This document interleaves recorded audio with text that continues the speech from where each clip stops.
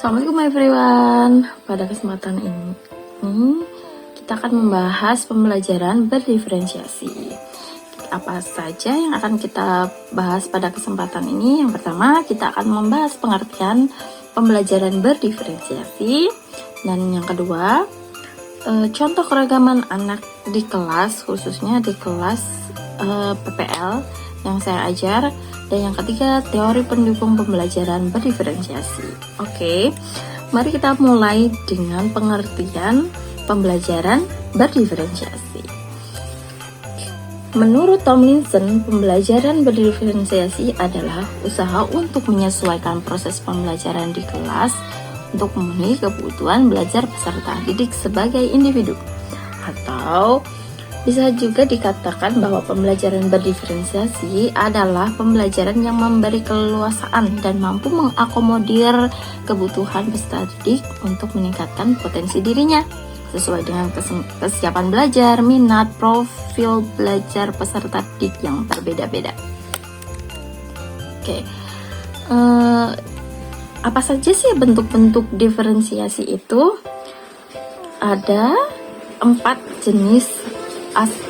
aspek pembelajaran berdiferensiasi, yaitu diferensiasi konten, diferensiasi proses, diferensiasi produk, dan yang terakhir adalah diferensiasi lingkungan belajar.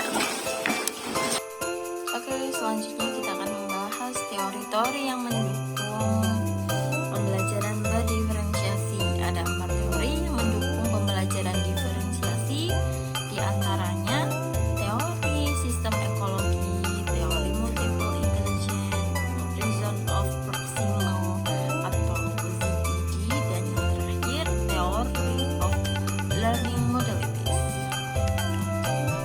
Kita mulai dengan teori sistem ekologi. Apa sih yang dimaksud dengan teori sistem ekologi? Teori sistem ekologi adalah teori yang dikembangkan oleh Lurie, Brown, dan Brenner, yang fokus utamanya adalah pada konteks sosial di mana anak tinggal dan orang-orang yang mempengaruhi perkembangan anak. 5 sistem lingkungan. Teori sistem ekologi berpendapat bahwa kita menghadapi lingkungan yang berbeda. Ada 5 sistem lingkungan yang mempengaruhi perkembangan anak, perilaku anak, dan berdasarkan tingkatannya. Sistem ini termasuk sistem mikro, mesosistem, eksosistem, sistem makro, dan kronosistem. Jadi kita bahas satu persatu. Yang pertama, mikrosistem, kondisi yang melatar belakangi anak hidup dan berinteraksi dengan orang lain dan institusi yang paling dekat dengan kehidupannya, seperti orang tua, teman sebaya, tetangga, dan teman-teman sekolah. Contohnya, sifat kepribadian atau perilaku orang tua, teman orang tua mempengaruhi perkembangan anak. Anak membangun perspektif pertamanya melalui keluarga dan orang-orang terdekatnya. Kemudian yang kedua, mesosistem, yaitu hubungan timbal balik antara kepribadian yang berbeda dari mikrosistem. Ini melibatkan hubungan antara individu seperti dialog orang tua dan guru, atau hubungan antara keluarga dan anak, dan kelompok sebayanya. Contohnya, hubungan orang tua dengan guru. Dampak dari perkataan guru tentang kinerja perilaku anak sebagai siswa sangat baik atau rata-rata itu dapat mempengaruhi anak. Selanjutnya, eksosistem, tidak ada interaksi langsung antara anak dengan faktor yang berpengaruh dalam sistem ini. Itu adalah sesuatu yang secara tidak langsung mempengaruhi kehidupan seorang anak. Apa yang diamati atau ditafsirkan oleh seorang anak dari situasi tertentu lebih penting di sini daripada bacakan langsung. Contoh, tempat kerja orang tua yang berdampak pada anak-anak dapat menjadi contoh. Jika salah satu orang tua dipromosikan atau diberhentikan dari pekerjaannya, hal itu juga berdampak tidak langsung pada anak-anak. Suasana di rumah mungkin mengalami perubahan perubahan besar menimbulkan berbagai pertanyaan di benak anak, yang beberapa di antaranya mungkin tidak mendapatkan jawaban yang memuaskan. Perubahan tempat kerja mereka dapat mempengaruhi hubungan di mana anak merasa tidak dekat dengan orang tuanya, yang menghabiskan lebih banyak waktu bersamanya menjauh darinya. Selanjutnya, makrosistem. Sistem ini terdiri dari gambaran yang lebih besar mendefinisikan masyarakat atau gaya hidup keluarga. Faktor-faktor seperti budaya, skenario ekonomi negara, kemiskinan, identitas etnis, atau ras merupakan bagian dari lingkaran ini. Contoh, seorang remaja yang dibesarkan dengan pandangan politik tentu akan berpengaruh, atau kecenderungan agama dapat menjadi contohnya. Selanjutnya, kronosistem mengacu pada keputusan besar atau transisi penting yang terjadi dalam rentang hidup seseorang. Ini adalah faktor waktu yang disaksikan seseorang dari masa kanak-kanak hingga dewasa atau tua.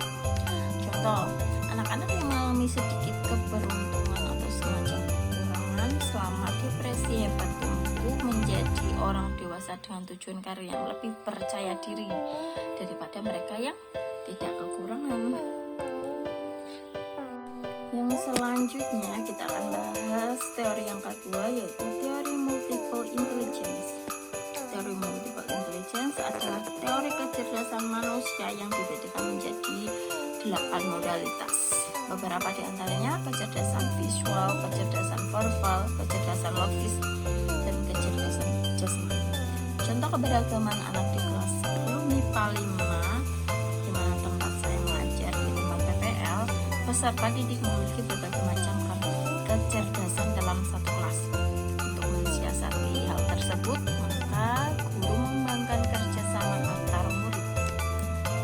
Yang ketiga, teori zone of proximal atau ZPD.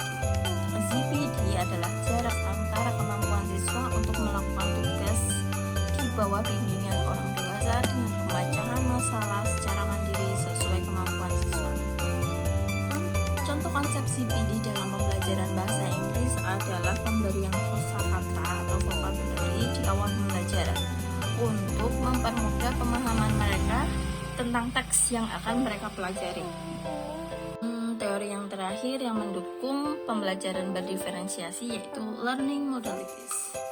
Modal belajar atau modalitas belajar adalah cara seseorang menyerap informasi melalui indera yang dimiliki.